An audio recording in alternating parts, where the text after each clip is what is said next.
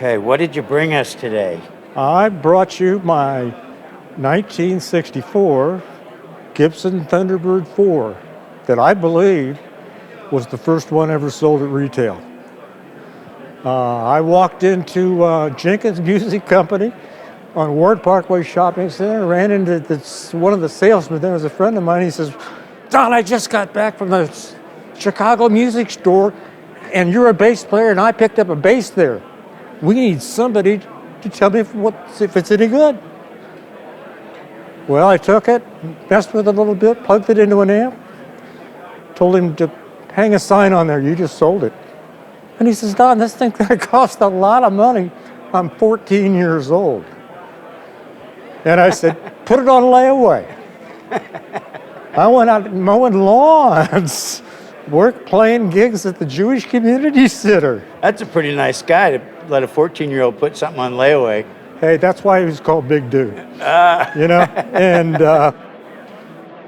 pretty soon, 3 months later, I come up with $401.50. There you go. And well, What year was that? 1964. Wow.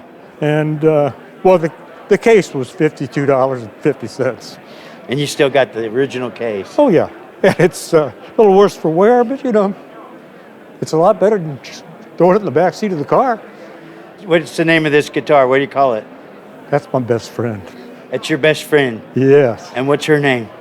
T-Bird. T-Bird. T-Bird. That is a great story. Every guitar has a story. We're going to bring on our guitarcheologist to tell us the value. Got very excited today when I got a note from Mark about an original 1964 Gibson Thunderbird bass. It's called a Thunderbird IV. This is the original Don. He bought it brand new at Jenkins Music and Ward Parkway Shopping Center. A long extant music store's not around. Regardless, this is an original Thunderbird IV bass, 1964. It's a 34 3/8 inch scale, which is the first long scale bass that Gibson made.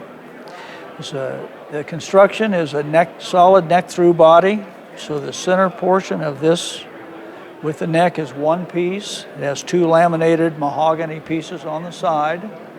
It's the original double pickup, which makes it a Thunderbird IV. There's the original emblem of the Thunderbird here, and your thumb rest or tug bar, as they might call it. It's original input jack and 3 knobs, and these are nickel-plated parts. A Brazilian rosewood fretboard, and these are original frets on the instrument. He has used flat wound strings on it for 60-some years, and there's original frets. Very rare, very unusual. Let's turn it over in the back, turn it around. Here again, you'll see the solid neck through body construction. 2 laminated pieces on the side.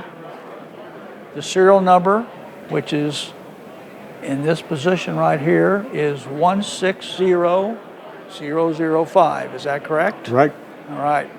So this identifies it in 1964 on the Gibson serial number list that we have available to us.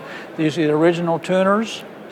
These are Kluson tuners in excellent shape. He has had a headstock fracture that was repaired in the early 70s from a music store here in Kansas City, Missouri. They did an excellent job. You'd actually have to put a black light on that to actually see the repair work, and he did a pretty good job on the finish work. So this guitar is what we say has had a lot of honest wear. It's a player's piece. We graded out at probably about 70% on a 100% scale. I would give the appraised value of this instrument between $10,000 and $12,500. Wow, not bad for a $400 guitar. Absolutely. You could have bought 2 Fender Jazz basses for that back in 1964. And they wouldn't have played half as well. That's right. Yes.